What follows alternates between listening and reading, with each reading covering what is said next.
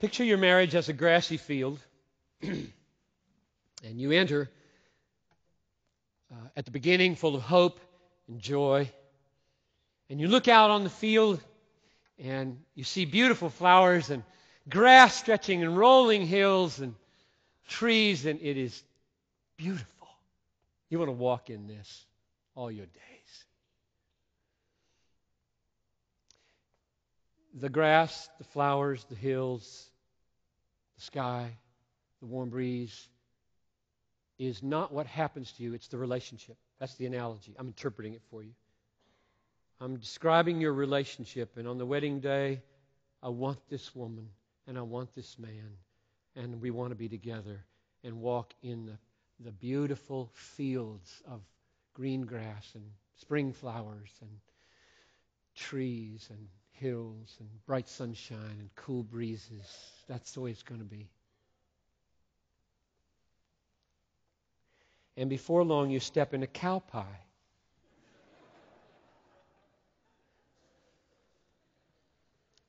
And in some seasons of your marriage, they seem to be everywhere.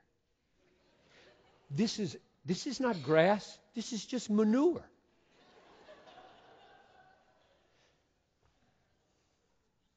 Late at night, they become especially prevalent when there's no sleep. There are more cow pies when you don't get enough sleep.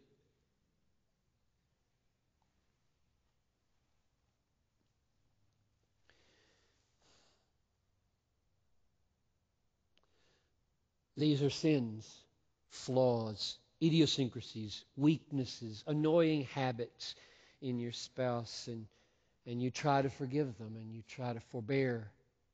And the problem is they can tend to dominate the relationship. Everywhere you step, it smells.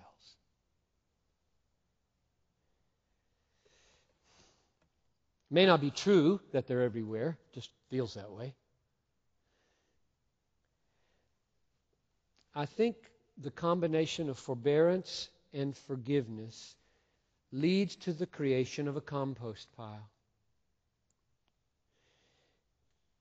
Here at the compost pile, you and your wife, husband, you begin to shovel cow pies into this pile. And you put a fence around it, hold them in. And you shovel them in. And you look at each other, and you simply admit that there are a lot of cow pies. You just say, there are a lot of cow pies in this field. You and I bring a lot of cow pies to this relationship. So you start shoveling them into this fenced-in compost pile. And you say to each other, you know, we got to do this because we're losing sight of the fact that we keep focusing on these cow pies. That's all we're thinking about. I mean, we're looking for them to step in. So let's get them and throw them in one place. Let's throw them in a pile. Compost pile. Compost can do some good. So let's throw them there. And when we have to, we'll go there. We'll go there. And we'll smell it, and we'll feel bad. And we'll deal with it as best we can. Then we'll walk away from the pile. We'll walk away from it. And we'll set our eyes on the rest of the field.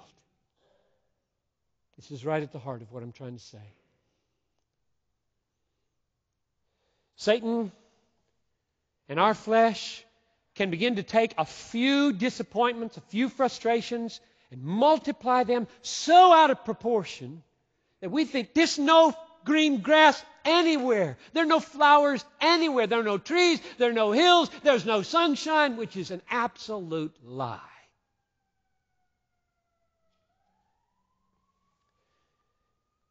And then you say to each other, we're going to walk away from that pile, set our eyes on the rest of the field, and we're going to pick some of our favorite paths and hills that we know are not strewn with cow pies. And we're going to be thankful that that part of the field is sweet. Might be a small part now, but that part is sweet. Our hands may be dirty, and our backs may ache from all this shoveling. But we know one thing. We will not pitch our tent by the compost pile.